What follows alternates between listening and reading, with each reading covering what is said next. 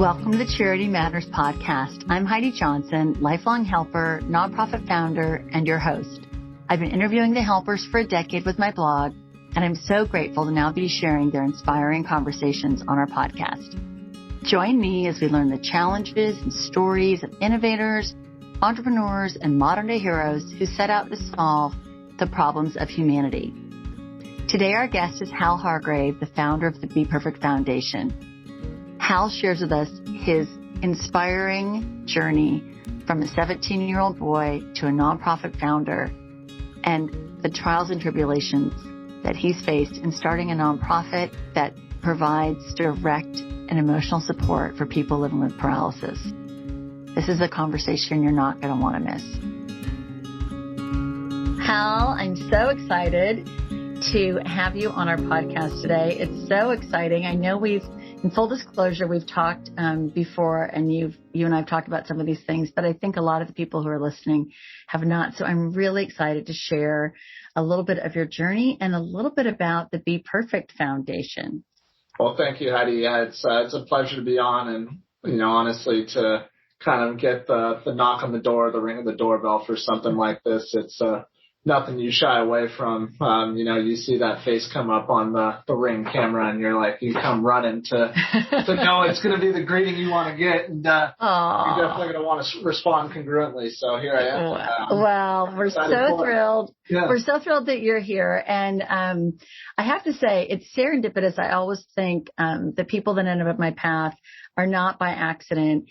And the backstory, obviously, is 2 summers ago, I was on a business trip and shared a cab with, of all people, your parents. Yeah. And nonprofit founders find me in the most crazy places. And we were in Canada.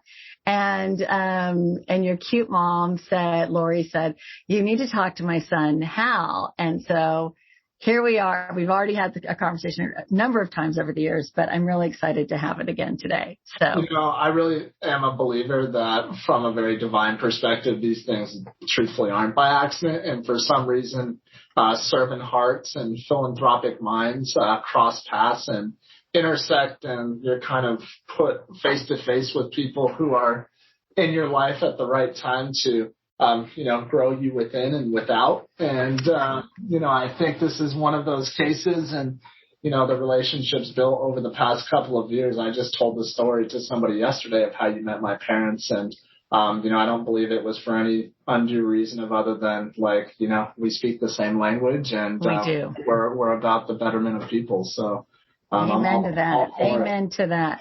So obviously I know your backstory, but I think, as you said, everything leads to something else. Our connection has led to something else.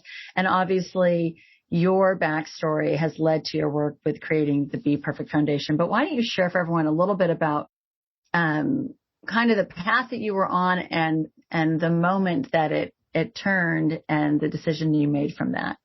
Well, I'm going to be honest with you.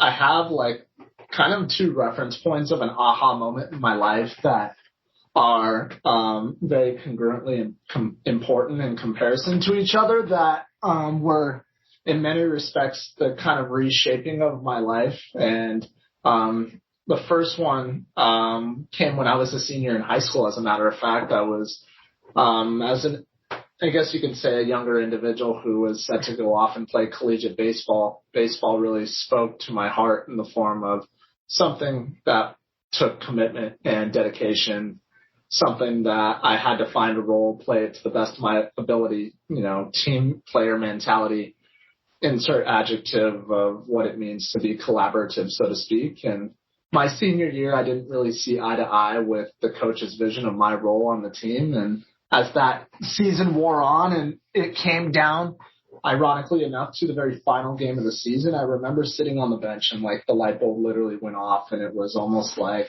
this opening of this door in front of my eyes, you missed the path all along, and here you are finally on the final game of your senior year after 4, years of high school baseball, and you're just now getting it. This was in front of you all along. Why didn't you open the door? And, really what the door led to was, kind of an opening of Pandora's box of really firmly understanding my role and my purpose. And quite honestly, before I lived, I would tell you very selfishly minded, what was in it for me? I'm going to go to college and get the degree in X, Y, or Z so I can do X, Y, or Z with career path orientation, or I'm going to get good grades for me and it's going to be for nobody else. And, you lead with intent of, how does it affect me?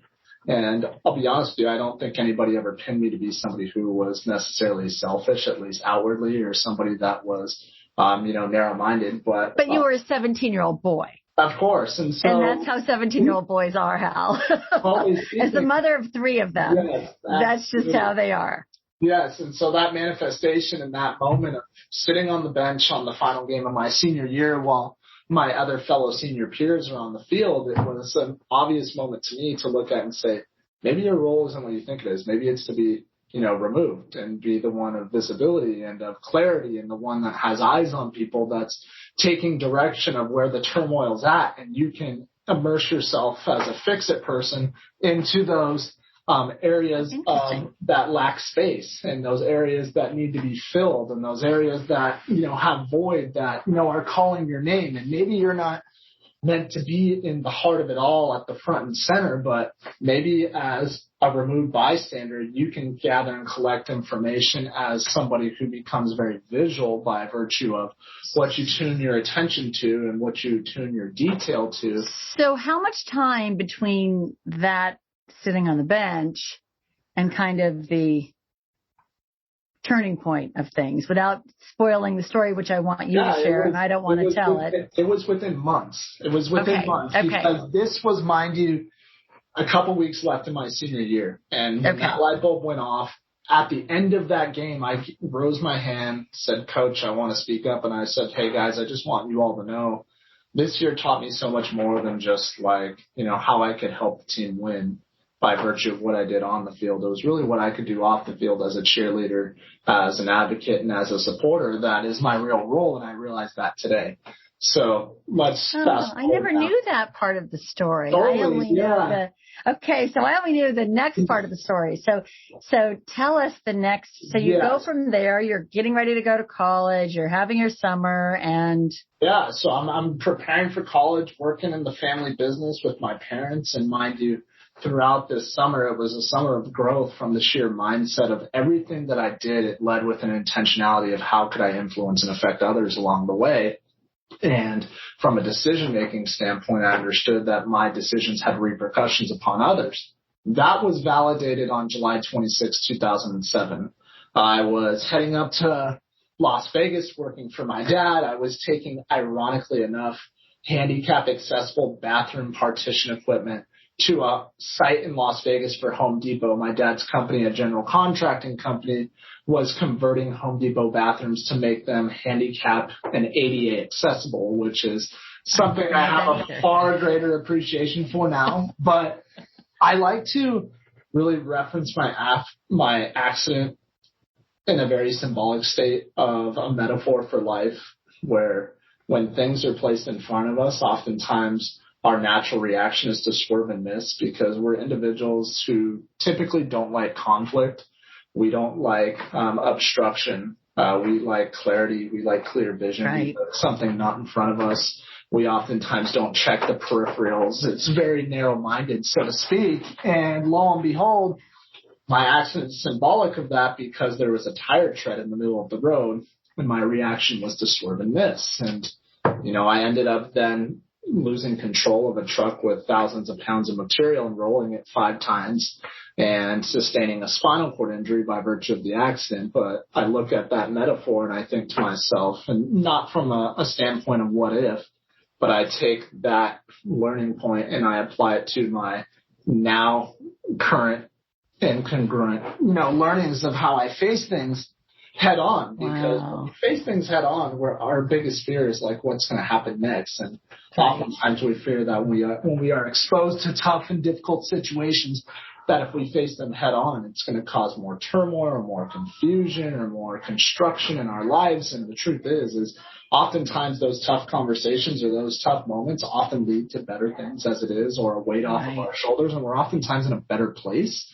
But that's what's so fascinating. I mean, you wake up and you're paralyzed, and this is why you're just super special. Everyone's special, but you are super special to me, Hal, because your attitude is infectious. And obviously you had that attitude as you were a cheerleader sitting on the bench with your team. You've had that attitude your whole life, but you're now dealt a hand of cards. You're a young boy, you're an athlete, and you're paralyzed.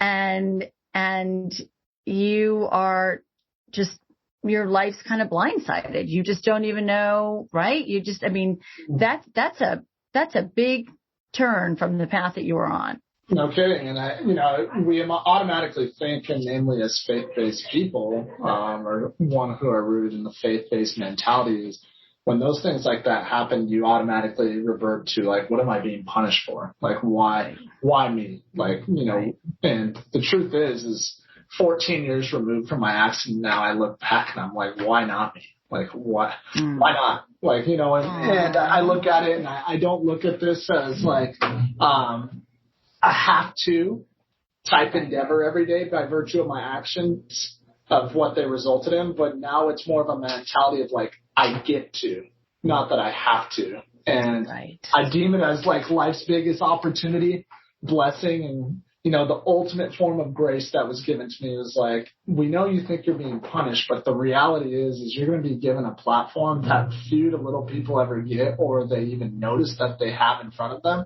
And now if you utilize it, you're going to reap the blessings of grace that like you've never seen before, where we're going to give you something and expect nothing in return. And that's really when I speak to, the God I believe in, and, whatever people believe in, I applaud that as well, regardless if it's my God or their God or nothing. For me, it's, continuous praise and appreciation, because I know 14 years removed, and I should have known this at the age of 17, that I am far more blessed than I probably deserve to be. But I don't know about that. I don't know about that, sure, Hal. For sure am, but 14 years removed now, the blinders are off, the peripherals are intact. I can see clearly in what's around me, and I'm the ultimate spectator now. That hindsight is pretty crystal clear. It's pretty amazing that we don't always see the signs, and whether it was an ADA bathroom sign or what. Right? But we just we don't always connect the dots. But so this, accidents happened. It's left you paralyzed. Mm-hmm. And when did you decide, okay, I mean, you have to deal with your physical health. You're hanging on. Things are not great. People are visiting you in the hospital. The whole world is coming to you and showing love to you and your family, and you're being like swept up in all of this love and appreciation for everything your family's done for so many people. And when do you decide, like, I'm not going to have a pity party. I'm going to do something with this gift, as you said, like, and this platform that I'm being presented with. When does that light bulb go off for you? Day 4 in the hospital. I had come out of a couple of different surgeries. And the most recent procedure I went through was removing the intubation tubes out of my throat. And I was on a feeding tube and a, intubation tube to help with breathing. And that gets removed. And at that point, I finally was able to have communication with friends and family after, really 4 days that were kind of a blur, but very dark days of coming to, a reality of, what lies ahead without really knowing what the future held still in many respects. But I say day 4 because there was an individual that stepped into my hospital room and she just broke out into tears and started bawling, and she just curled up in her mom's arms, and they're staring at me in this hospital bed. And I kind of looked at it as an analogy of like people looking down on you. Simply because at that very moment in my life, I felt very small. I felt weak physically, mentally, and emotionally. And I felt a little embarrassed, even though, what was there to be embarrassed about? There was a catastrophic injury that took place. And, right. But you're feeling pity, or you're feeling their pity. And that's totally, you're not prepared. You don't know what to do with that. No, I mean, I don't like the eyes on me in that respect of like people feeling sorrow or pity for me. I'm a firm believer in accountability. Like, I chose to get behind that truck. I chose to swerve and miss. Like, don't be sitting here and having this pity party in front of me for something that, quite frankly, whether it was divinely, provoked or if it was my actions, I'm here, like, but the fact is I'm still alive. So let's gather hope around that and like, let's focus on that. Right. So I look at them and I'm like, hey, why are you crying? And she's like, look at you, like you're not the same Hal. And I'm like, no, that's where you're mistaken. If anything, I've become the Hal I was supposed to be by virtue of this. Wow. And I'm going to be here to prove to you, that this is going to be far more, blessings than it is going to be curses in my life. And that's certainly what it's become. And it was in that moment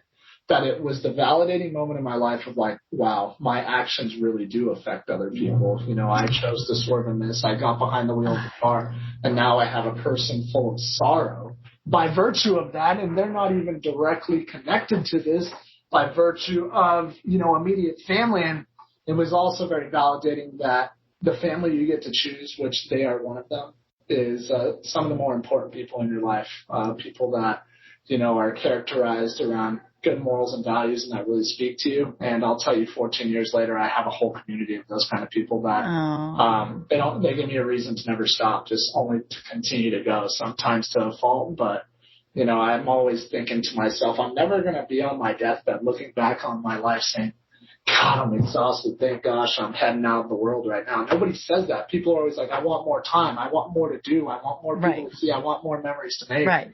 I made it a point that in that moment, I was never going to let another moment slip away of unused time. So. Oh, and that is a gift. That is a gift. I share that gift with you. That's why you were my people. When my mother was hit by a bus and killed in a car accident in 2002, one of the legacies of that is how precious, she was 60, is how precious our time is and how short it is and I am, if there's one thing time to me is just the most precious gift. And I, like you, just want to just make life as incredible as it can be because we just have so little of it, right? I can see it that way. I'm glad there's other people in that. Yeah, you're not alone, my friend. You're not alone. This is why you're my people. So you have this aha moment. You say, I'm becoming the Hal I was supposed to be. And then how much longer until you say, we're going to create a foundation. We're going to create an organization that's going to help other people, or I'm going to help other people. You haven't even helped yourself. You haven't even figured out what your own challenges are now being paralyzed. And you're already thinking about other people in that hospital room. So how much longer till you say, okay, I'm taking this to a bigger place and we're going to do something to help other people? So that came within about 4 to 4.5 months of my injury. So okay. I got injured on July 26th. That interplay of that situation with that young lady took place on day 4. I'm in acute care ICU hospital up until the beginning of October for about 70 days in total.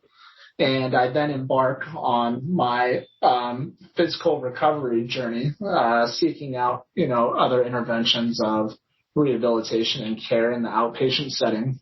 And I was traveling to and from Carlsbad a couple days a week for therapy.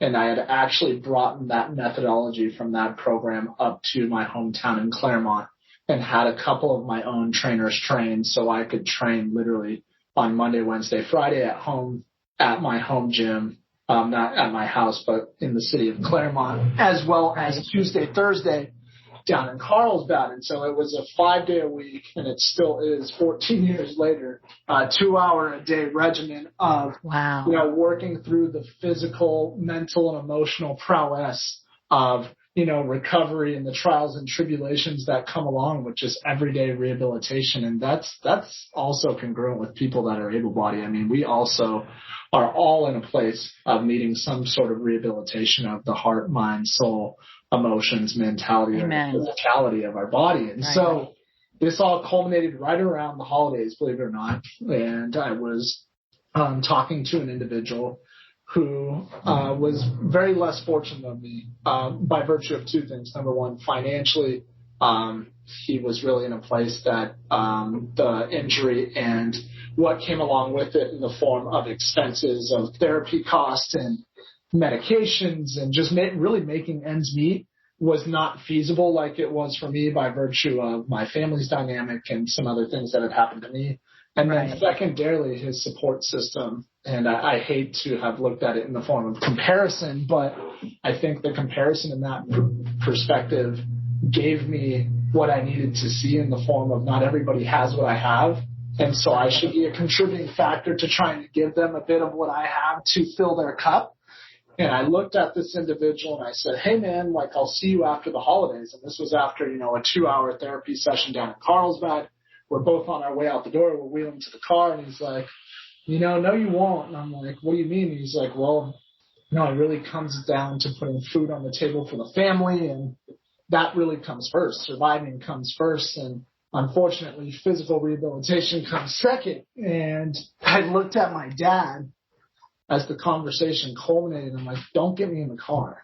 And he's like, why? And I'm just like, I've been talking to you about, from a very faith-based perspective, I've been trying to figure this out. Like, what am I being told? Like, what am I divinely being directed towards? And I think this was what I needed to hear to know what it is. And, I think I'm being told that I can be used as a conduit to help people financially gain reprieve post-injury diagnosis or accident to be able to afford some of the blessings that I am, in this case, in the form of ongoing rehabilitation in the outpatient setting. And he said, hey, like, we can talk about this on the ride home, but if you're telling me at the age of 17, 18, you got this figured out, you go wheel up to that front desk and tell them that we're going to have this figured out and to keep them on the schedule for after the holidays. And so, I limp over by virtue of my very weak upper body of pushing myself back up to the front desk. And I'm like, hey, the Hargrave family will be sponsoring this individual after the holidays. And I jump in the car and I kind of look at my dad like, what did I just do? And only because I knew that the second that we as a family embark on something, whether it's in the form of philanthropy, business, relationships, or love, like, we go hard at it. And that's just how we're built. And so I knew I had extended myself with Dodger games. Dodger games. That too, with another yes moment in my life. Yes, I'll take on this endeavor without really knowing the repercussions. And I'll tell you, the repercussions have been nothing but fruitful 14 years later. Aww. Yes, they have allotted time, but that time has brought memories and perspective. So I'll take that before anything else. And so thus the Be Perfect Foundation was born without me even knowing it. Isn't that beautiful? I love that. To help a single individual, and 14 years later, it's hundreds. But it always starts that way, Hal. It always starts with one person wanting to help one person. Oh. I mean, it's. I have never talked to a nonprofit founder, and I've talked to hundreds that set out to change the world, that set out to end global poverty, that send out. They always want to feed one person. They always want to help one person. It's always the seed that is planted that continues to grow. So you start this organization, but there's a lot of challenges, and I don't think people always realize. One of the reasons I love having these conversations is that I think people just think, oh, a nonprofit is just, asking for money, which, by the way, is not easy either. But it's a business, and it's hard, and you're 18 and you're dealing with your own physical challenges, yourself, your own emotional healing, and you're already taking this on. So what challenges have you encountered along the way in starting the Be Perfect Foundation?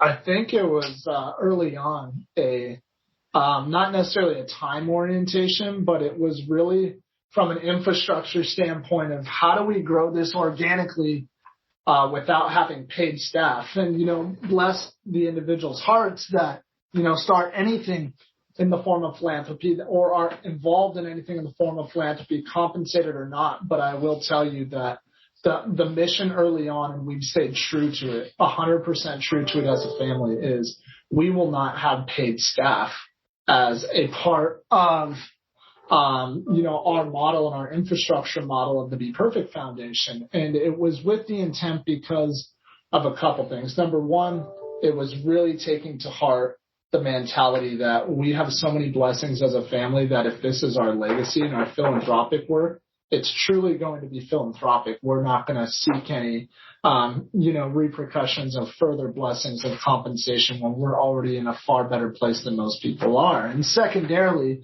I also wanted to ensure that I could look a donor in the eye and tell them that, hey, 99.9% of your dollars outside of a couple of administrative, fees in the form of postage and, softwares to keep all of this going forward is going to go directly back to program services, which is where the money's most needed, is the people and the people that we're serving and the people that we're granting scholarships. And so I think it was trying to gather the X's and O's and really formulate the vision into a funnel where it was going to be well seasoned, where we were going to convey the proper and the right image, and, behind the scenes that we could really pursue forward with not just meaningful and purposeful work, but with ethical practices, and wanted to make sure that we stayed true to that, because that still is the most important thing to me is, be people of integrity, be who you say you're going to be. And if you're going to embark on a mission of being a not-for-profit that doesn't have paid staff and that doesn't cut corners and put your money where your mouth is, let's be true to that. And so it's really hard to do, though. I mean, it's great to have that vision, but that's really, really hard to do. Totally. I mean, you can look at the most ethical foundations of the world that I bow my head to out of respect, and it's 18 to 20% goes directly to overhead and administrative costs. That's just absolutely right. People that make a living. And so to be sub 1% nearly 14 years running, I mean, I look at that as a very special thing. Well, thank you for bravo, the applause. Bravo. I'm clapping. That's not to toot my horn. Honestly, it's really to toot the horn of the community. There are people that have given us trust. They've given faith in us. And people that have looked at us with their hard-earned dollars that they've then passed off to us to know we're going to do the right thing with it and do what we say. I mean, bless those people for continuing to show up, because $7 million later and 14 years later, we've made one heck of a difference. But oh my God, you answered my question before I asked it, Hal. This is just the beginning. I mean, we're rolling, and this thing grew legs far greater than you ever expected it would. So talk to me about your impact. I mean, it's sometimes impact is a number, sometimes impact is people serve, sometimes impact is a story. I have a love-hate relationship with the word, as everyone who listens knows, because as nonprofits, like, we always have to measure our impact. And how do you measure meeting someone after their accident and sitting at a hospital bed and telling them that you're going to pull them through? You can't measure that. And I know you do that, Hal.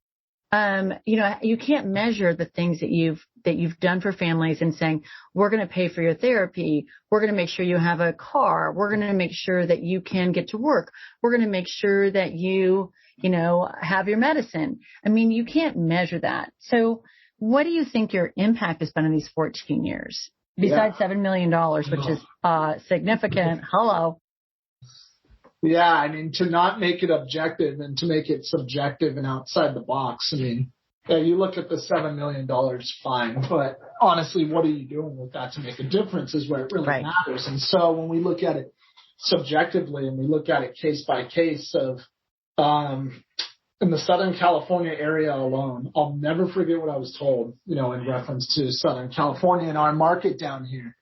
I had the opportunity to speak to Bill Gates once upon a time, and I had an introduction to him by somebody who was far too nice of an introduction that they gave to me in front of him by basically saying, look at this young man. He's 19 years old, and he's already raised $1 million for philanthropy for people.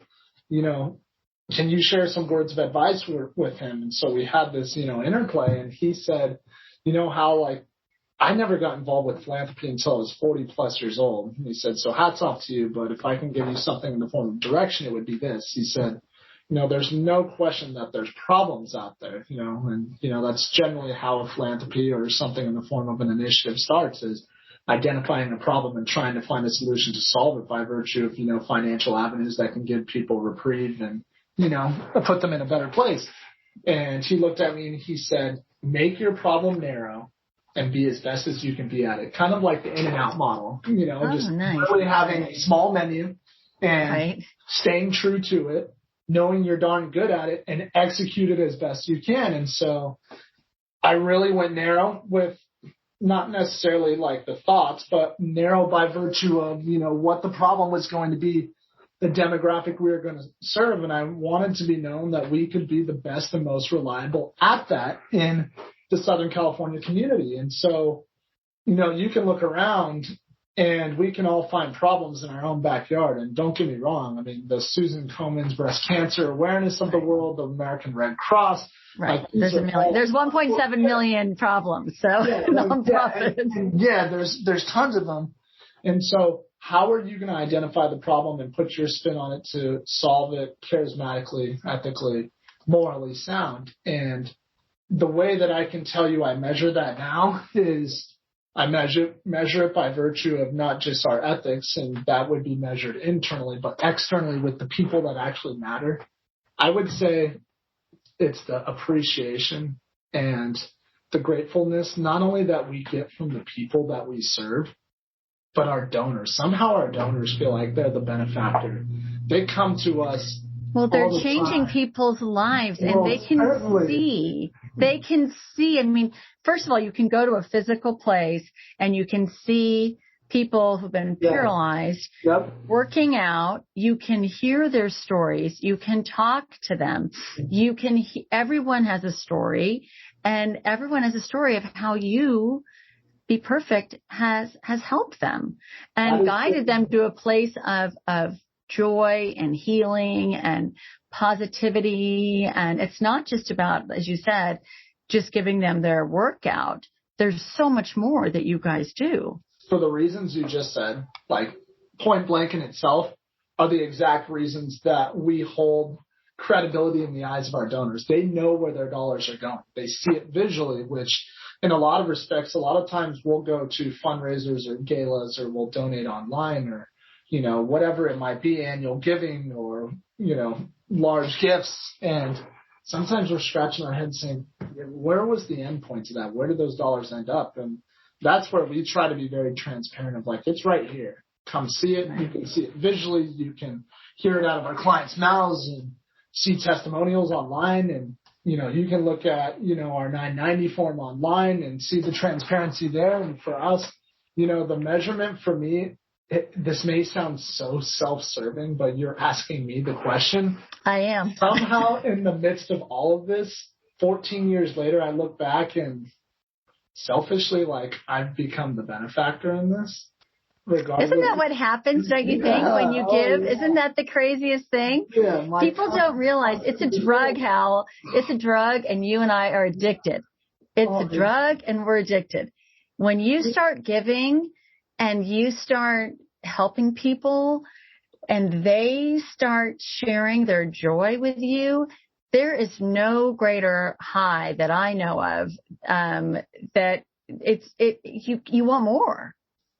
The countless smiles I see, I think if I can put it into something tangible, is like, they say that phrase, the price of admission, like that's it for me. I come in and I see it on the daily basis with what I do on the for-profit professional side of things. And I see it in the form of our clients there who maybe are under scholarship through Be Perfect. And I look at it and I'm just like, that's the reason. Like, that's the reason the alarm goes off and you jump out of bed as opposed to hitting snooze. It's the reason you come to work energized and you want more. It's the reason that on the, ulterior side of things, on the not-for-profit side of things, behind closed doors, you're grinding hard because it's benefiting others. And, once I started looking through the lens that I'm being used as a tool here on earth to help reveal God's glory on earth, I started to think then I better do that to the best of my ability. If I'm looking at my snapshot in human history is literally probably on the 1-inch line of a football field, that's my time spent here on this earth, then I better maximize that, because the one thing that's guaranteed in life is that, beginning and end date on our tombstone. And what are you going to do with the time in between? Because there's so little of it. You'll never have as much of it as you want. Yep, 100%. As my 83-year-old father says to me every day when he comes over and gets on my Peloton, he says, you know what, Heidi? None of us are getting out of here alive. He tells me that every day. And I'm like, okay, Dad, thanks for that reminder. I appreciate that. Thanks, Dad. Okay. Have a good day, Dad. But in terms of life and death, there's things we can do in the midst to give us more life. And right, 100%. More life. So if you could dream any dream for Be Perfect, what would that dream be? Honestly, the dream is that it never goes away. It's forever existent, and it's existent by virtue of not just something in the form of legacy for when I'm far and gone and 6 feet under, but something in the form of an endowment, and a tangible endowment that ensures that this is paying out monthly, that we can have a well-established, well-seasoned endowment that regardless of what inquiries we get or how flooded we get with financial turmoil, not just here in the Southern California area now, because we've helped people out of the country at this point, is I would like to never have to say no. And that's a very ambitious. I don't think, and forgive me for interrupting you, I don't think people always understand. They think, what's an endowment and why am I giving to that? But I don't think people understand that when you create an endowment and you create that savings account, for lack of better words, that you can draw the interest on that and you can use it as operating to run your program. And it means it goes in perpetuity, and that you can continue like a great investment account. You just keep growing the initial amount and giving money off the top to your organization. It's the dream. The holy grail. It's the holy grail. That is the dream, is to get to a decent sum of endowment. We're pulling from the principal every year. The principal remains, and it grows at a rate where on a monthly basis we're cooking. And anybody else that wants to come and join the fun, come on, and we'll continue to be able to do more. It's the greatest thing. I remember when we were starting spiritual care in 2003. To provide chaplains at Children's Hospital, we got a significant unexpected donation, and we were a really new nonprofit, and we just didn't know what to do. And I said, we asked for a lot of financial advice from a lot of people, and someone said, I think you should take this and start an endowment. I said, well, we're just getting going. They're like, nope. You need to start the endowment now. Like you need to start. It's like someone telling you need to start your savings account yesterday. Totally. And so we did. We started it then, and it merged with some other funds at the hospital. And there's an endowment, and it was just, and it is the holy grail of fundraising. It's the greatest thing. So I have a question. I know you have a lot of them, but do you have like a phrase or a motto that you kind of live by? That's kind of your. Well, I think. The easiest one to revert my mind to is obviously in the namesake of be perfect, because that really derived from a saying of something that oftentimes is perceived as, whoa, you're really asserting the fact that you're a perfect person. And the fact of the matter is the answer is no to that. But let me give context further behind that meaning to really paint a picture.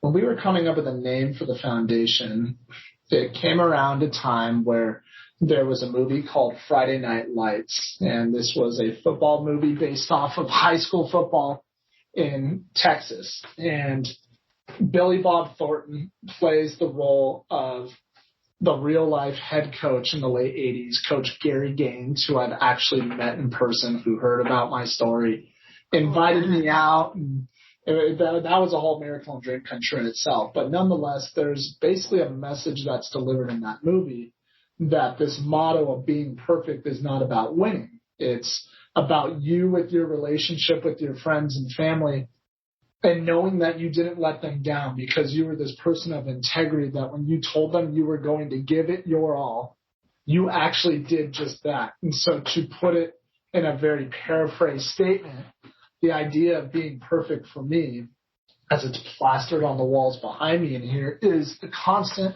reminder of what does it mean to be the best version of myself, to aspire to be just that. And I figured that if I'm going to take that notion of my business, professional and personal tactics of how I live my life, I would sure as heck hope that the clients and individuals that we have the opportunity to serve are built in that same realm, to give the best version of themselves every day. And I think what kind of complements that statement and that phrase is this idea that I've really kind of immersed myself into is far too often do we dwell on the past, and far too often do we have angst about the future, and very few often do we live in the here and now. Right. And I think when we are so negatively minded about the past, or we're so fearful about what's to come, we forget that in this very moment, there's an opportunity to, in the form of verbation, we can live. And that couldn't be more true in the midst of a worldwide pandemic where we've had so much taken from us that in a lot of respects, our identity's been stripped, and the things that we know and love of how we, quote unquote, lived before have been taken away from us and been altered. And it's that work from home. And I'll tell you this much, I've had to reinvent myself like everybody else, but I've also reminded myself, hey, you can still live in the midst of the chaos. 100%. And I think it's interesting that you share that, because you already have that mindset that I'm going to live to my fullest. And that's already deep in you. Pandemic, no pandemic. That's deep in me. Mm-hmm. And when the pandemic hit, I was like, okay, let's figure out how to have fun. How are we going to do this? And so we had, I don't want to say fantastic. We were blessed. Yes, everyone in my house got COVID, but me. We were blessed that everybody was, healthy, and we were fortunate in that way. And I'm certainly not, saying anything for people that were sick, but we made a mindset, to your point, that we were going to have a good time, and we were going to find a way to find joy in all this. And I do wonder, I think it was defining for a lot of people that they assessed their life. Like you and I've kind of already had that assessment moment in different ways. And maybe for some people, it was the first time that they were thinking, that they're really looking at things. I think it happened to the world for a lot of people that, we might have already had that, but a lot of people hadn't had that moment. We'd be remiss to think that something like this isn't going to potentially happen again. So how do you prepare yourself for what's to come? And it doesn't mean it's going to come in the form of a worldwide pandemic, but there is going to be trials and tribulations and moments where we have to change course and be agile and be all of those cliche things in business that we have grown to hate in the form of buzzwords, because we're all ready to be past this pandemic. But the thing, yes, we are. In the here and now, there's only so much we can control. So if you can control how you feel about yourself and how you treat others, then let that be the starting point in life of the two things you can't control, to know and figure out how to live once again if you, for some reason, forgot that mentality. I love that, Hal. That is brilliant. So I know that you are wise beyond your years, because we've had a number of conversations, and I always leave just thinking about what you said, and it just always stays with me in such a great way, like a gift that I just walk away with. And I hope everyone's walking away with that today. But so many life lessons. You've lived such an incredible life in such a short time. So many life lessons. What do you think some of the big ones are that you've learned? I mean, obviously we just talked about one of them, with just finding joy in the present and living the present. Just kind of taking that statement a step further, the real life lesson, and I have a couple of them, but the first one that comes to mind is just the valuation of time. And like quite literally today, August 25th, 2021 is come and gone in 24 hours time. And to really comprehend what that looks like over the scheme of your life, and yes, it's one full day, but to look at that and figure out ways that you can, in the form of action, actually take advantage of that.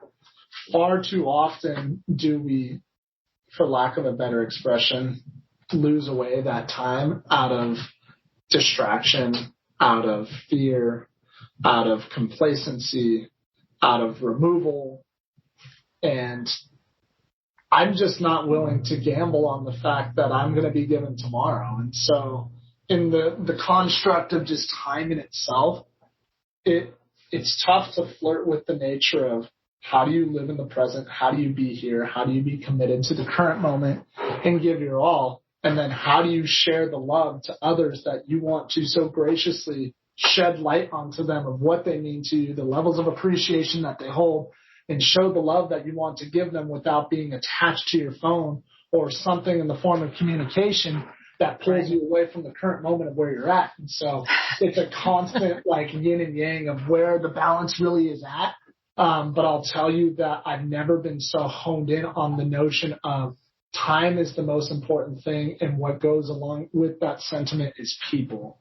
And it's not things. We tend to value things far more than we should people. And when we say, oh, I really idolize them, in the form of, whether it's people in Hollywood or, don't get me wrong, there's a lot of great ones of them too, people we should idolize, but I think we idolize what they have oftentimes and not really who they are. And we need to. Right. And the people that we love that we're not giving time to, right? Exactly. That we're making choices with our day. And when your spouse comes home and is like, oh, I'm exhausted. How was your day? Rather than like, oh my gosh, I'm so happy I'm seeing you right now. Right. I mean, well, I'll be honest with you. Like, we all, whether we want to say it or not, regardless of how we servant lead and how we servant live, and how we all, who are built this way, take the action to put others before ourselves. At the end of the day, it's fight or flight. At the end of the day, we will tend to act in what's in best interest for ourselves to protect ourselves. And more often than not, we find ourselves in a place where we are at the center of our own world, which is just such a silly statement to really kind of immerse ourselves into, or even to conceptualize, to think that there's not other people affected by the things that are going on. And so for me, there's no story that has ever been written in human history that doesn't involve more than one person. So stop thinking that, let's just say for this, illustration's sake, that the musical artist is the only one to thank for his music.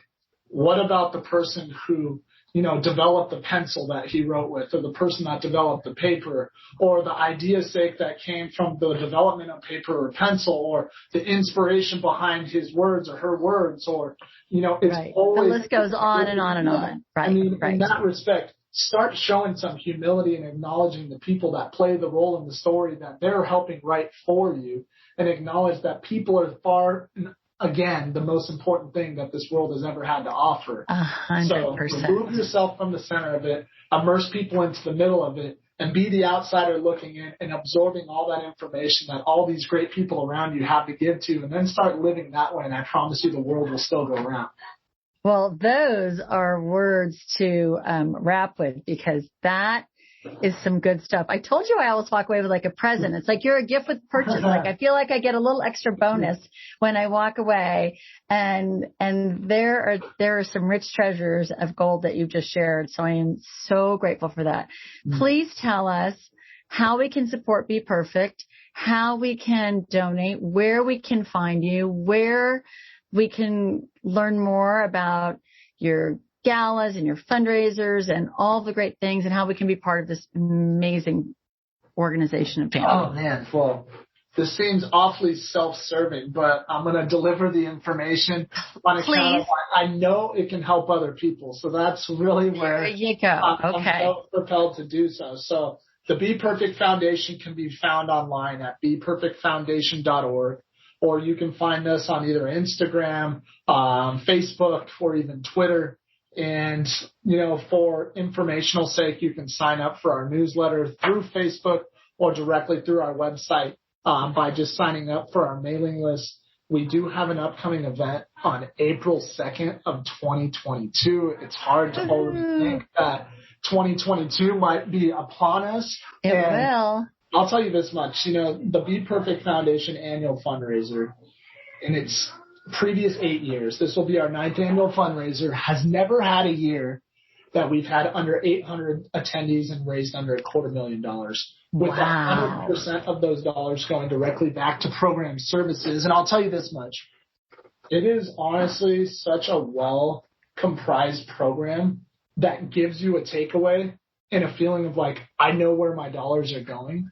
And humbly speaking, I've been to a lot of other galas, and it's one of the few that I leave with that takeaway, even myself as a contributor to my foundation to serve others, that I feel such a warm and fuzzy feeling that like the dollars really are making a difference. And let me just paint the picture. The Be Perfect Foundation is a foundation that was built to serve those in the paralysis community, to raise funds for things like medical supplies, wheelchairs, home and car adaptations, resources of hope, and most importantly to us is to keep people in recovery and keep them in therapeutic programs so they can then pursue their dreams of getting to a place of recovery that's rooted in, health, wellness, quality of life, and reduction of complications that could ultimately re-hospitalize them. And so your dollars, if you are one of those people that's donated, are making a tremendous difference. And if you're not, that hasn't yet, the fact that you're listening to a podcast that is orchestrated by Heidi with people that are out in the world making a difference, you're already on the right path. You're listening to the right things, gathering the right information. Certainly not from me, but by virtue of the conduit of Heidi. And my gosh, I think we can, tackle this together. And I'm going to leave you all with this is, we all tend to think that as the single individual in this world, who am I to really make a difference? And, I could revert back to people like MLK or, other people that started with this one BHAG, this big, hairy, audacious goal to create change, and might have had the roadblock of but I'm just one voice and I'm so small. But I want to leave you with this analogy is if we were one stick and we tried to break it, it might be easy to break. But what if we all came together and we started to not reinforce our thoughts with people that are like-minded, but we actually started to pursue others that are maybe differently minded of, different political affiliation or different sexuality orientation or different belief or value systems. And we started to rally with those people to think to ourselves, well, if I can develop empathy and understanding for those people, we can really all find common ground in the fact that we're all just human beings at the end of it all. And so if we came together as a bundle of six, then try to break a bundle of sticks, you can't break it. And so we all need to find a way to move in the right direction, move together, and move congruently rather than apart. And then that one individual with one voice becomes thousands who can really create some serious change and turmoil. And this world's going to be a heck of a lot better place. So, Hal, that is what I'm talking about, Hal. This is why you are so magical, so positive. And if the world doesn't need to hear those words today, right now, more than ever, we have got to come together and we have got to work together to make things better. And that's the only thing that's ever made the world move is people like you who roll up their sleeves and make it happen and who go out there and just are the brightest of lights. So thank you, Hal, so much for enlightening all of us today. You've lit me up and I'm just thrilled for our conversation. So thank you so much. Hey, Heidi, thank you. God bless. Honor to be a part of it. And, what you're doing to, spread the word and to really be the conduit to what people need to hear. You're the one to be applauded. Thank you. Oh, thanks, Hal. You're the best. Thank you for listening to this week's episode of the Charity Matters podcast. I really enjoyed talking to our guest, Hal Hargrave, about what it takes to start a business that changes people's lives. I think Hal's comment about becoming the person he was supposed to be was so inspiring and true.